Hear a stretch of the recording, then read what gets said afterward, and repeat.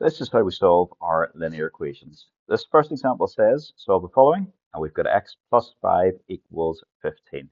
Now we're going to use the inverse operations method to do these. So we think about what is this 5 doing at the minute? Its function is adding. So when it moves to the opposite, it does the opposite thing. So the opposite of adding 5 is quite simply subtracting 5. So we have x equals 15 minus 5. So x is equal to 10, and that is it.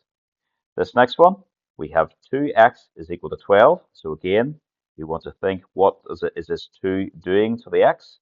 It is 2, the 2 is multiplying. The opposite of multiplying by 2 is dividing by 2.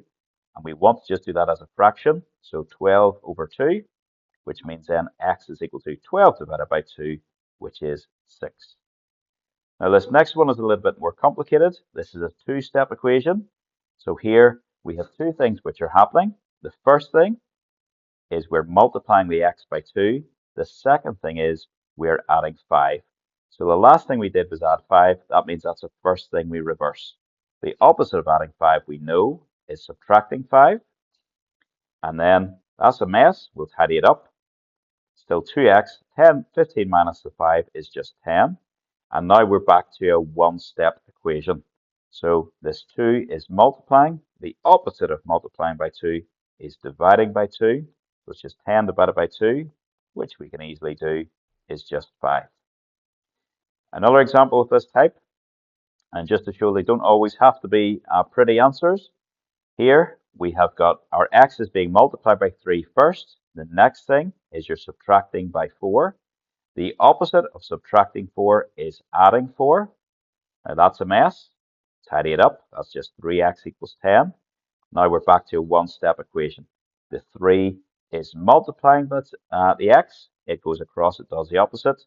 Goes on the bottom line, 10 divided by 3. And 3 goes into 10 3 whole times with 1 left over. So 3 and 1/3. And our last type, we have got this, another type of two-step equation. What's happening here is 5 is dividing the x, and then you're subtracting 1. So we have to reverse the subtracting 1 first. So x over 5 equals 6 plus 1. That's a mess. Tidy it up. X over 5 is equal to 7. And now it's back to a one-step equation. The 5 is dividing. 5 goes across. The opposite of dividing by 5 is multiplying by 5, which means x then is equal to 35. And that is it. So there's how we can do one-step equations and two-step linear equations.